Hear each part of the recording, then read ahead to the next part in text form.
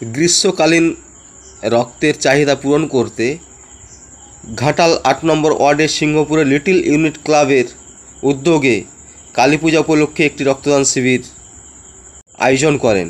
আপনারা দেখছেন STSP news Bangla. এই রক্তদান শিবিরে মোট 58 জন রক্তদাতা রক্তদান করেন।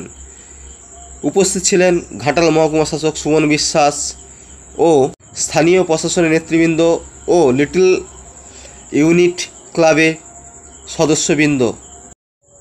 সরাসরি সিংহপুর থেকে এস প্রামাণিকের সঙ্গে স্টুডিও থেকে আমি রাজীব, STSP নিউজ বাংলা, সবার খবর সবার আগে। কালী পূজা উপলক্ষে যে মহতি রক্তদান শিবিরের আয়োজন করা হয়েছিল তার শুভ উদ্বোধন করেছেন মহকুমার শাসক এবং আমাদের ক্লাবের প্রত্যেকটি দায়িত্ববান কর্মকর্তারা ছিলেন। রক্তদান চলছে এখনো প্রায় শেষের দিকে, তাই যারা নাম লিখে গেছেন এখনো আসতে পারেননি, আপনাদের উদ্দেশ্যে আমরা অভিনয়ভাবে জানাচ্ছি আপনারা যত শীঘ্র পারেন আমাদের ক্লাস করা পরিচয় আসুন, রক্তদান করুন।